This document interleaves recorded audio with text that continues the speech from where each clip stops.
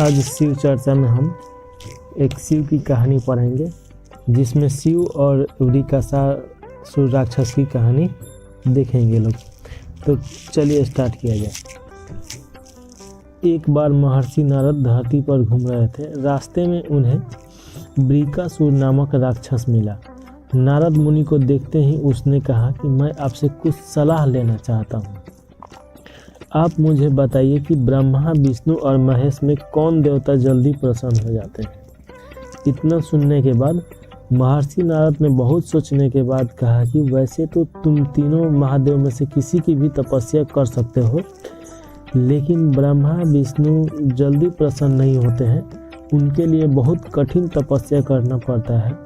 ये भी हो सकता है कि तुम्हारी आयु जो है ये पूरी हो जाए, लेकिन तपस्या पूरी न हो। शंकर भगवान जो हैं थोड़ी आराधना से ही प्रसन्न हो जाते हैं। वो अपने भक्तों की इच्छा पूरी करने के लिए सोच विचार नहीं करते हैं। इतना सुनने के बाद वृषकार ने भगवान शंकर की आराधना करने का फैसला किया और हिमालय के केदारनाथ क्षेत्र में जाकर आराधना करने लगा। यज्ञ, जप, तप, ध्यान सब प्रकार से पूजा पाठ करने लगा। कुछ दिनों के बाद उसने सोचा कि मैं और अपना शरीर त्याग दूं, भगवान शिव को अर्पित कर देता हूं अपना सर। ऐसा सोचकर वह अपने शरीर का मांस काट काट कर यह खुद में डालने लगा, लेकिन भगवान शिव प्रसन्न नहीं हुए।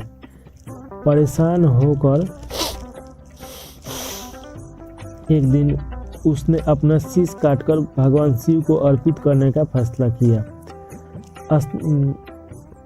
स्नान ध्यान कर जैसे ही उसने खड़ा होकर अपना सिर काटना चाहा, भगवान शिव प्रकट हो गए और बोले, बस करो, तुम्हारी तपस्या पूरी हुई, मैं तुम पर प्रसन्न हूँ, वर मांगो।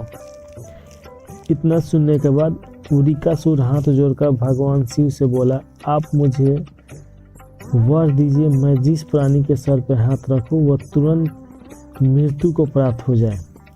शिव जी वृकासुर की यह मांग सुनकर चिंता में पड़ गए, लेकिन वरदान नहीं देने पर देव मर्यादा का उल्लंघन हो जाता। इसीलिए शिव जी ने वृकासुर से बोले कि तुम्हारी तपस्या व्यर्थ नहीं जाएगी। तुमने जो मुश्किल वरदान कामना से तपस्या की थी, तुम्हें तपस्या भी कठिन करनी पड़ी। जाओ, जैसा वर चाहते हो वैसा ही मिलेगा। और वरदान पाते ही वृकासुर की असुरी वृत्ति यानी राक्षसी प्रवृत्ति जाग गई। उसने कहा कि प्रभु, आपका यह वरदान सत्य है या नहीं, इसका परीक्षा लेना चाहता हूँ। इसलिए पहले आपके सिर पर ही हाथ रखकर देखना चाहता हूँ कि इस वर में कितनी सत्यता है। भगवान शंकर ने सोचा कि यह राक्षस कुछ नहीं सुनेगा। जब तक वृकासुर सिर के हाथ पर रखने के लिए आगे बढ़ा तो वहां से भागने लगे। इस पर वृकासुर का क्रोध और बढ़ गया। वह पीछा करते हुए चिल्लाया कि महर्षि नारद की तरह आप भी मुझसे छल किया। वरदान की परीक्षा से डरकर क्यों भाग रहे हैं। शिव जी मुड़कर छोड़कर देवलोक तक भागने रहे और वृकासुर भी उसका पीछा करता रहा।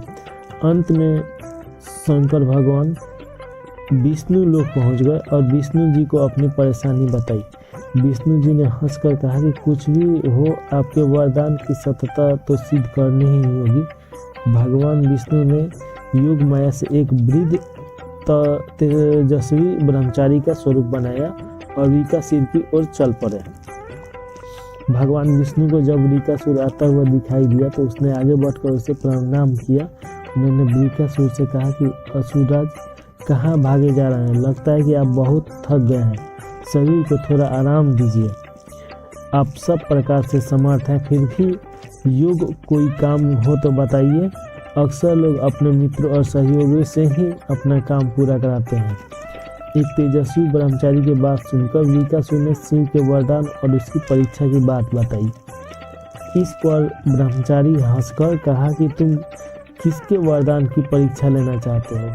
शिव जी का तो अपना कोई घर ही नहीं है, वो खुद भूतों प्रेत के साथ घूमते रहते हैं। वह भला किसी को क्या वरदान देंगे? वर देने वाले तो ब्रह्मा और विष्णु हैं। विष्णु जी ने वृकासुर से कहा कि तुम्हारी वरदान होना था तो ब्रह्मा या विष्णु की आराधना करते, शिव जी के पीछे क्यों पड़ गए, बेकार में दौड़ रहे हैं उनके पीछे। वरदान देने वाले तो खुद इतना शक्तिशाली होता है कि उसके वरदान का असर खुद पर नहीं हो सकता। उन्होंने तो तुम्हें झूठ मूठ का वरदान दिया है, तुम्हारी तपस्या बेकार चली गई। ब्रह्मचारी की बात सुनकर वृकासुर निराश हुआ, उसका मनोबल भी टूट गया। वह कहने लगा कि मुझे तो देव महर्षि नारद ने शिव की आराधना करने को कहा था। ब्रह्मचारी ने कहा कि तुमने नारद मुनि को भरोसा कर दिया, वह तो ऐसे भी घुमक्कड़ हैं जो सभी को उल्टी सीधी सलाह देते रहते हैं इधर उधर जाके। अगर तुम्हें मेरी बात पर भरोसा नहीं तो अपने सिर पर हाथ रख कर देख लो कि कैसे शिव ने तुम्हें झूठा वरदान देकर बहकाया है।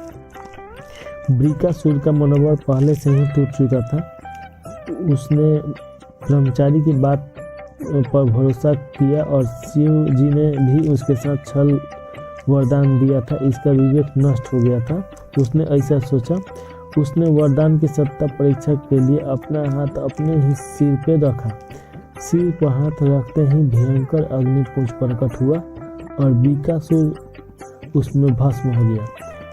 भगवान शिव, विष्णु और वृकासुर की इस कहानी में जीवन का अहम सार छुपा हुआ है जो सीखना चाहिए हर व्यक्ति को। कहानी यह सीख देती है कि बिना सोचे विचारे किसी को कुछ देना नहीं चाहिए। पाने वाले का कृतज्ञ होकर दाता को ही नष्ट में डालने का ऐसा नतीजा हो जाता है कभी कभी। कृतज्ञता के बाद में बुद्धि विवेक नष्ट हो जाती है और उपलब्धि ही विनाश का कारण बन जाती है। अगर वीडियो आपको अच्छा लगे, ये कहानी आपको बहुत अच्छा लगे तो इस चैनल को सब्सक्राइब कीजिए, लाइक कीजिए और शेयर कीजिए।